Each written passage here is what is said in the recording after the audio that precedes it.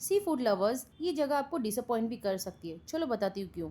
यहाँ पे crab festival चालू है, तो सबसे पहले ऑर्डर कर लिया क्रैब कोंकणी तवा, सेमी ड्राई स्टाइल में बनाया हुआ, मसालेदार और एकदम फ्लेवरफुल। वाह, क्या दिख क्या रहा है, मेहनत का फल देखो, ये ऐसा होना चाहिए, मीठा नहीं क्रैब होना चाहिए। उसके बाद आया पापलेट तवा फ्राई, पापलेट परफेक्टली कुक्ड, ऊपर से मसाला एकदम मस्त। एक नंबर है, एक नंबर। सिर्फ इतना ही नहीं, सी फूड लवर्स के लिए प्रॉन्स थाली भी ऑर्डर की। थाली की वैरायटी तो देखो, इसमें आपको प्रॉन्स तवा फ्राई मिल जाएगा, ग्रीन प्रिपरेशन में आपको एक प्रॉन्स मिल जाएगा, और आपको फिश ग्रेवी में रावस भी मिल जाएगा। प्रॉपर सी फूड वाला सेटिस्फाइंग मील भी है ये। और भाई बोम्बिल फ्राई तो होना ही था, क्रिस्पी, मसालेदार और सी फूड क्रेविंग को फुल सेटिस्फाई करने वाला।